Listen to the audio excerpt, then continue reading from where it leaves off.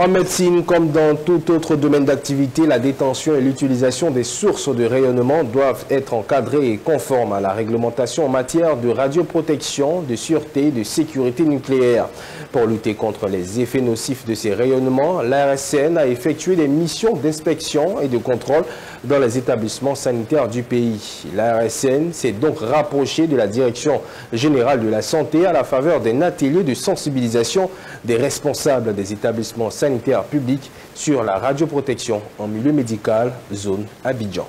C'est un atelier dédié aux premiers responsables des établissements sanitaires publics sur toute l'étendue du territoire national, utilisant des sources et autres générateurs de rayonnement ionisant.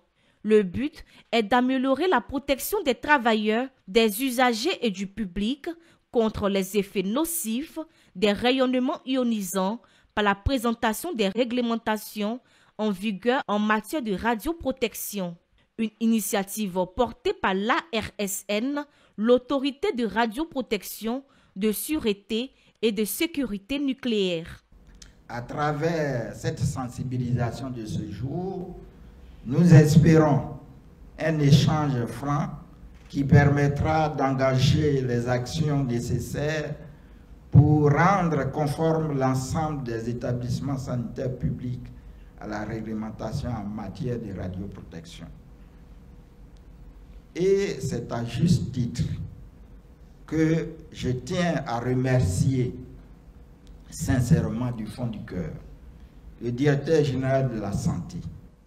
Donc il faudrait qu'on puisse se mettre ensemble pour travailler avec l'ARSN pour qu'on puisse à la fois se protéger et protéger nos patients.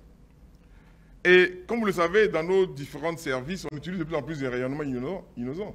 Il y en a partout maintenant, même en termes de diagnostic, mais aussi en termes de traitement. Il y en a partout. Mais est-ce que ces rayonnements qu'on a dans nos différentes structures sont bien encadrés? Donc nous devons nous mettre aux normes. Et ça, c'est une exigence. Le ministre de la Santé, l'hygiène publique, la politique maladie universelle tient à cela. Mais c'est vrai qu'on va passer par différentes étapes avant d'arriver à être tous aux normes. Parce que d'où l'on vient et où on va arriver, on a besoin de l'appui de l'ARSN. Cet atelier, qui a enregistré une vingtaine de participants, fournira des recommandations pour guider les futures actions en matière de sécurité dans le secteur de la santé.